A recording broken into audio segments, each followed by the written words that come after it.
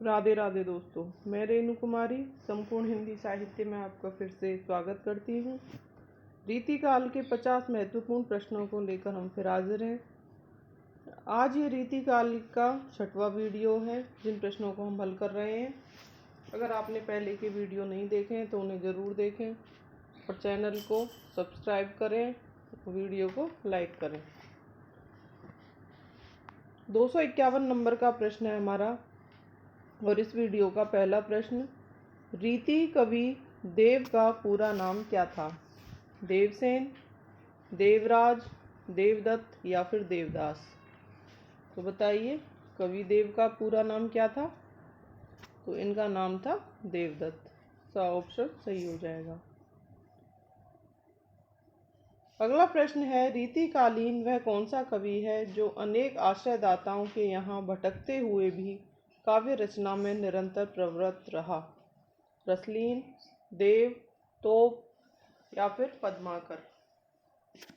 तो ऐसे कवि कौन थे जो अनेक आश्रयदाताओं के यहाँ मतलब जाते रहे और काव्य रचना करते भी रहे? तो वो कवि थे कौन? देव कवि।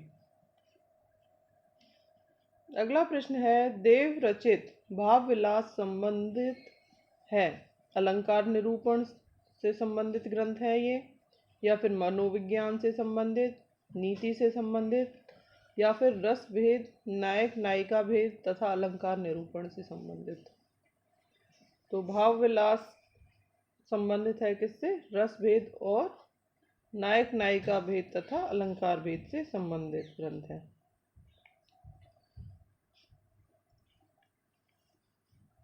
254 नंबर का प्रश्न है, देव किस वर्ग के कवि थे? रीति सिद्ध, प्रथागत, रीति मुक्त या फिर वीर रस? तो देव का नाम आता है किसमें? ये यहाँ प्रथागत गलत लिख रहा है, इसे रीतिबद्ध कर लें क्योंकि देव कवि रीतिबद्ध कवि थे। तो वह ऑप्शन हमारा सही हो जाएगा। देव जो है रीतिबद्ध कवि कहलाते हैं। 255 नंबर का प्रश्न है, देव का जन्म किस प्रांत में हुआ था? मध्य प्रदेश में, राजस्थान में, बिहार में या फिर उत्तर प्रदेश में? तो देव का जन्म हुआ था कहाँ? उत्तर प्रदेश में। देव किस दृष्टि से अधिक सफल हैं? आचार्य की दृष्टि से, आलोचक की दृष्टि से, कवि की दृष्टि से या फिर एक टीकाकार की दृष्टि से? तो देव को एक कवि के रूप में अधिक सफल माना जाता है। सा ऑप्शन सही हो जाएगा। अगला प्रश्न है, सर्वप्रथम देव ने किस राजा का आश्रय ग्रहण किया था? आजम शाह का, भोगीलाल का, भवानी दत्त का या फिर कुशल सिंह का? सर्वप्रथम देव ने किस राजा का आश्रय ग्रहण किया? तो इन्होंने किया था, बताइए, आजम शाह का, भोगीलाल का, भवानी दत्त का या फिर कुशल सिंह का? तो देव सबसे पहले गए थे आजम शाह के आश्रय में और ऑप्शन सही हो जाएगा।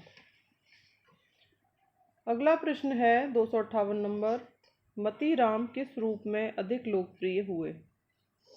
आचार्य के रूप में, टीकाकार के रूप में, आलोचक के रूप में या फिर कवि के रूप में? मतीराम को भी कवि के रूप में अधिक लोकप्रियता प्राप्त हुई। द ऑप्शन सही हो जाएगा। अगला प्रश्न है, मतीराम द्वारा प्रणीत सतसई का आधार है? बोले इन्होंने जो सतसई लिखी मतीराम ने, उसका आधार ग्रंथ कौन सा था? गाथा सप्तशती, वृंद सतसई, अमरूक शतक या फिर बिहारी सतसई? तो मतीराम की जो सतसई का आधार ग्रंथ है वो बिहारी सतसई को माना जाता है। द ऑप्शन सही हो जाएगा। 260 नंबर का प्रश्न है, बूंदी के महाराव भाव सिंह के आश्रय में रहने वाला वह कवि कौन सा है जिसने सतसई की रचना की थी? बिहारी, वृंद, मतीराम या फिर रसलीन? तो भाव सिंह के आश्रय में रहकर जिन्होंने सतसई की रचना की वो थे कौन? मतीराम। 100 ऑप्शन सही हो जाएगा। अगला प्रश्न है, रीतिकालीन कवियों में किस कवि की प्रेम की पीर सर्वाधिक मार्मिक और वैविध्यपूर्ण थी? ब्राह्मणों की, गिरधर कविराय की, पद्माकर की या फिर घनानंद की? बताइए, रीतिकालीन कवियों में किस कवि की प्रेम की पीर सर्वाधिक मार्मिक और वैविध्यपूर्ण थी? तो ये थी किसकी? घनानंद की। 2 ऑप्शन सही हो जाएगा। 262 नंबर का प्रश्न है, घनानंद किसके राज्य आश्रित कवि थे? महाराज भाव सिंह के, मोहम्मद शाह रंगीले के, मुअज्जम के या फिर सूर्यवंशी मकरंद शाह के? तो घनानंद मोहम्मद शाह रंगीले के राज्य आश्रित कवि थे। ब ऑप्शन सही हो जाएगा। अगला प्रश्न है, घनानंद कवि होने के साथ साथ राज दरबार में किस पद पर प्रतिष्ठित थे? राज्य मंत्री, प्रधानमंत्री, खजांची या फिर मीर मुंशी? तो घनानंद कवि तो थे ही और साथ में ये थे क्या? मीर मुंशी थे। 2 ऑप्शन सही हो जाएगा। अगला प्रश्न है, इनमें से कौन से ग्रंथ घनानंद विरचित हैं? मतलब घनानंद ने जिन्हें लिखा? प्रबोध पचासा, इश्कनामा और विरहवागीश, या फिर सुजान सागर और विरह लीला, या फिर ललित ललाम और रसराज? घनानंद द्वारा लिखे गए थे सुजान सागर और विरह लीला। 100 ऑप्शन सही हो जाएगा। काली कूर कोकिला कहाँ को बैरी काढ़ती, ये किस कवि की पंक्तियां हैं? बोधा की, ठाकुर की, आलम की या फिर घनानंद की? काली कूर कोकिला कहाँ को बैर काढ़ती, ये घनानंद की पंक्तियां हैं।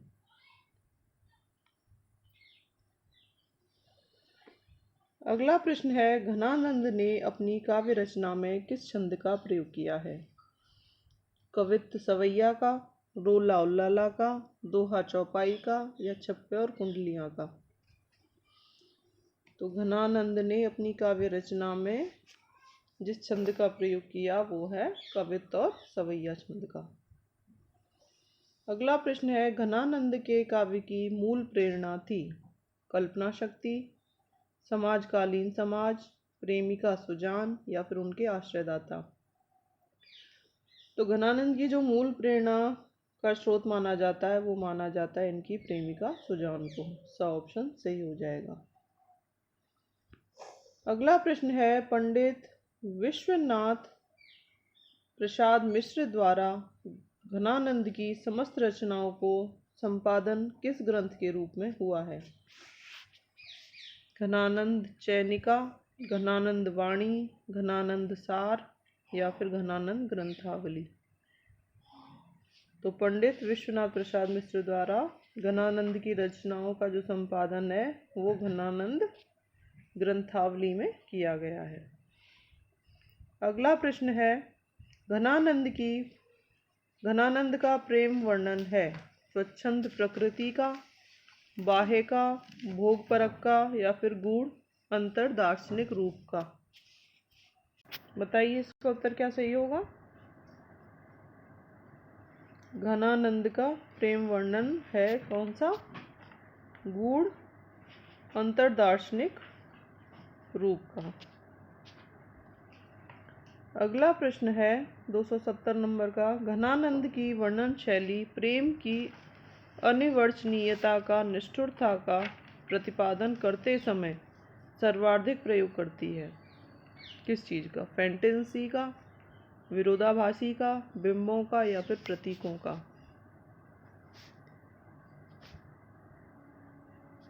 तो ये करती है किसका? विरोध मूलक का, या विरोधाभासी की जगह विरोध मूलक कर लें इसे।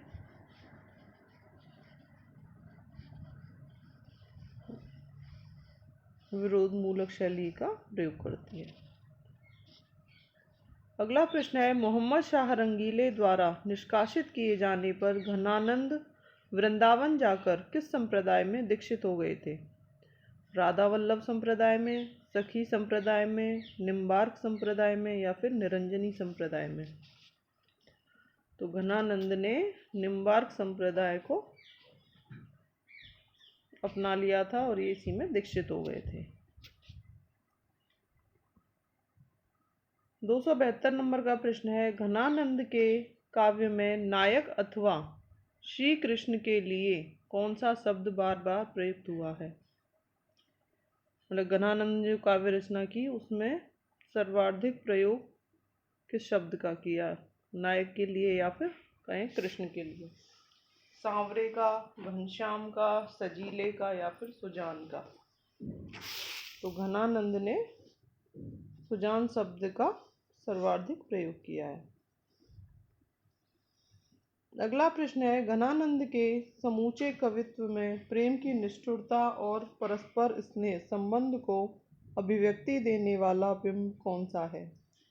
मोर मोरनी, बिजली बादल, बादल और चातक, स्वाति नक्षत्र और पपीहा? तो बताइए, निष्ठुरता और परस्पर स्नेह संबंध को अभिव्यक्ति देने वाला बिंब इन्होंने किसे माना है? बादल और चातक को। स ऑप्शन सही हो जाएगा।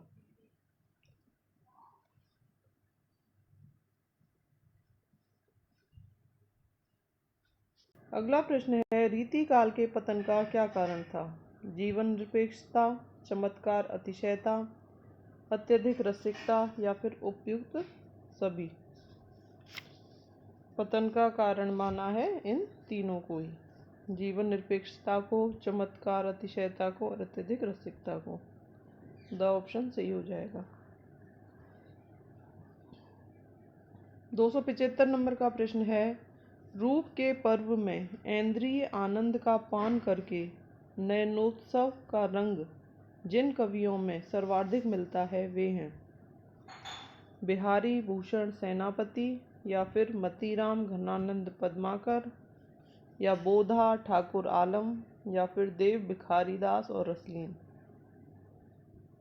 तो नयनोत्सव का रंग जिन कवियों में सर्वाधिक मिलता है वो हैं मतीराम घनानंद और पद्माकर। वो ऑप्शन सही हो जाएगा। अगला प्रश्न है, कागद पर लिखत न बनत कहत संदेश लजात कही है हम सब तेरो हियो मेरे मन की बात। उपयुक्त दोहे में प्रयुक्त किया गया चित्र जिस नायिका से संबंध है उसे कहा जाता है? विप्र लब्धा नायिका या निशाभी सारिका नायिका, पोषित पतिका नायिका या फिर झगड़ालूता? तो ये जो पंक्तियां कही गई हैं ये कही गई हैं पोषित पतिका नायिका के बारे में।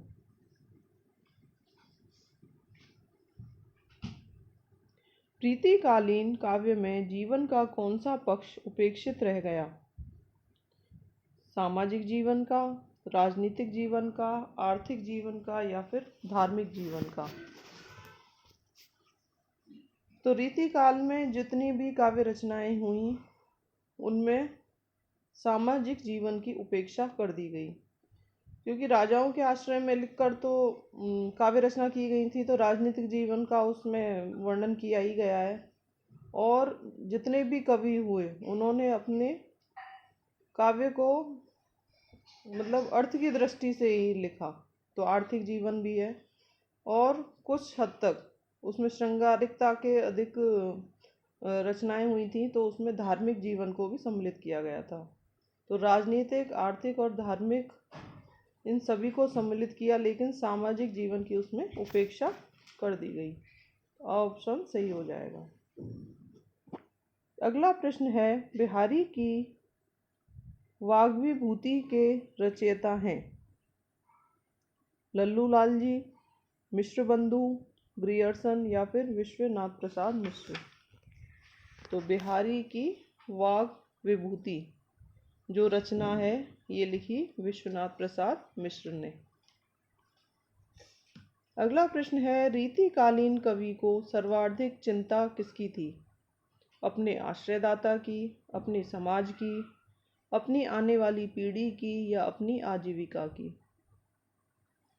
तो रीतिकाल में जो सर्वाधिक चिंता थी काव्य को लेकर कवियों की, वो थी अपनी जीविका को लेकर, क्योंकि उन्हीं की रचनाओं के माध्यम से ही उनका जीवन निर्वाह होता था और उनकी एक कह सकते हैं अच्छी खासी कमाई होती थी काव्यों से ही।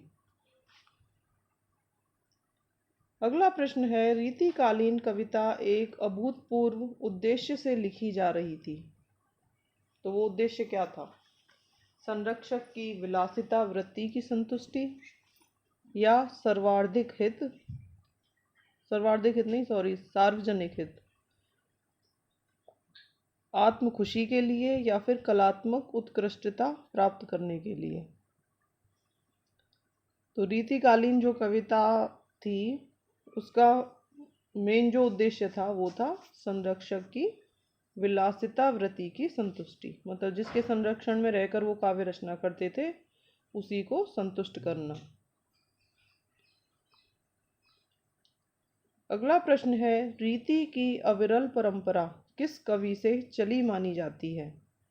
चिंतामणि से, केशवदास से, मतीराम से या फिर भूषण से? तो रीति काल का जो उदय हुआ उसमें जो परंपरा शुरू हुई रीति काल की वो मानी जाती है किससे? चिंतामणि से। कुछ विद्वानों ने अलग अलग कवियों को भी माना है, लेकिन आचार्य शुक्ल जो कि सर्वाधिक मान्य है उन्होंने चिंतामणि से इसकी शुरुआत मानी। अगला प्रश्न है, श्रृंगार सागर के रचयिता कौन है? मतीराम, मोहनलाल मिश्र, बिहारी या फिर केशवदास? तो श्रृंगार सागर के रचयिता हैं कौन? मतीराम, और ऑप्शन सही हो जाएगा। अगला प्रश्न है, हित तरंगिनी के रचनाकार कौन है? कृपाराम, नंददास, केशवदास या जसवंत सिंह? तो हित तरंगिनी लिखी किसने? कृपाराम ने। नेक्स्ट प्रश्न है, छंद विचार किसकी रचना है? मतीराम की, चिंतामणि की, देव की या फिर पद्माकर की?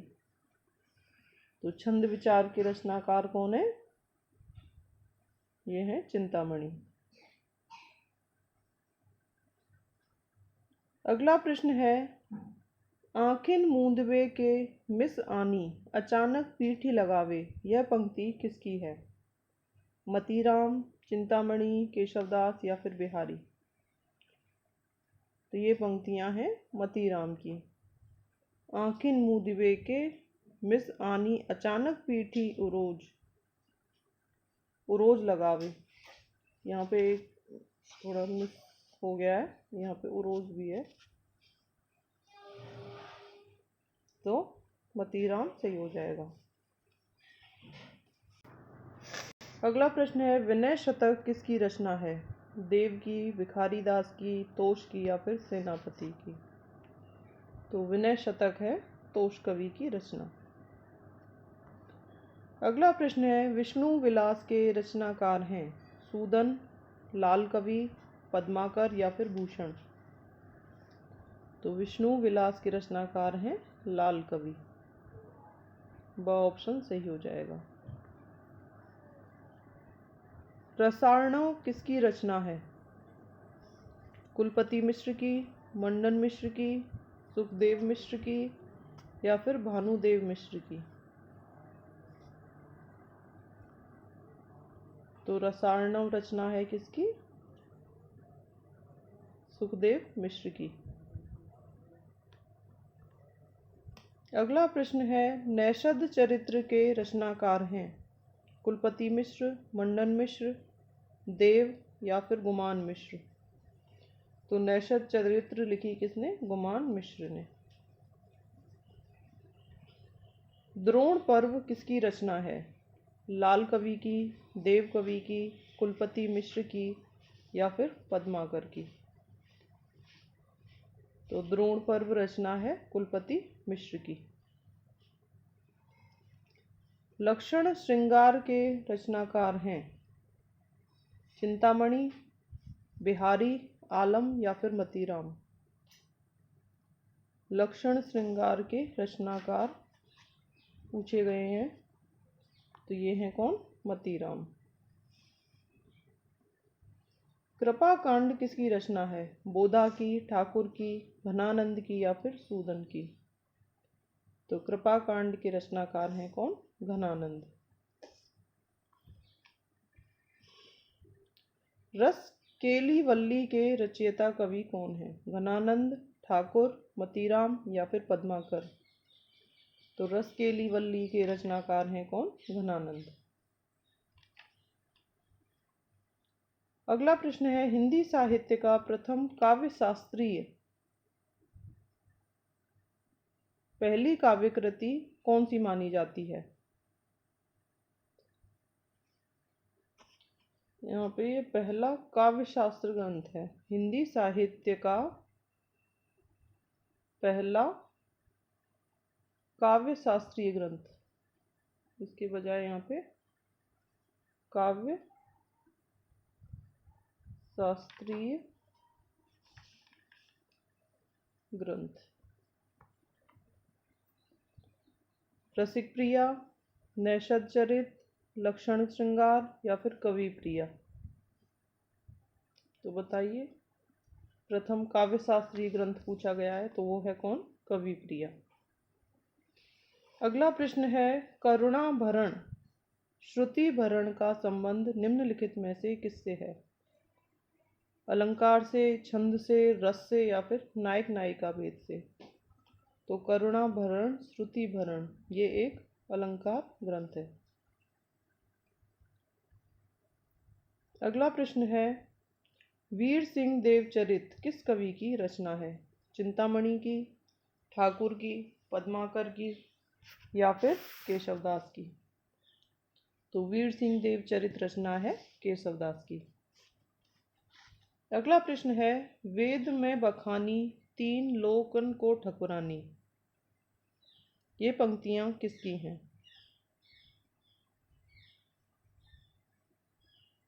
आलम की, सेनापति की, मतीराम की या फिर घनानंद की?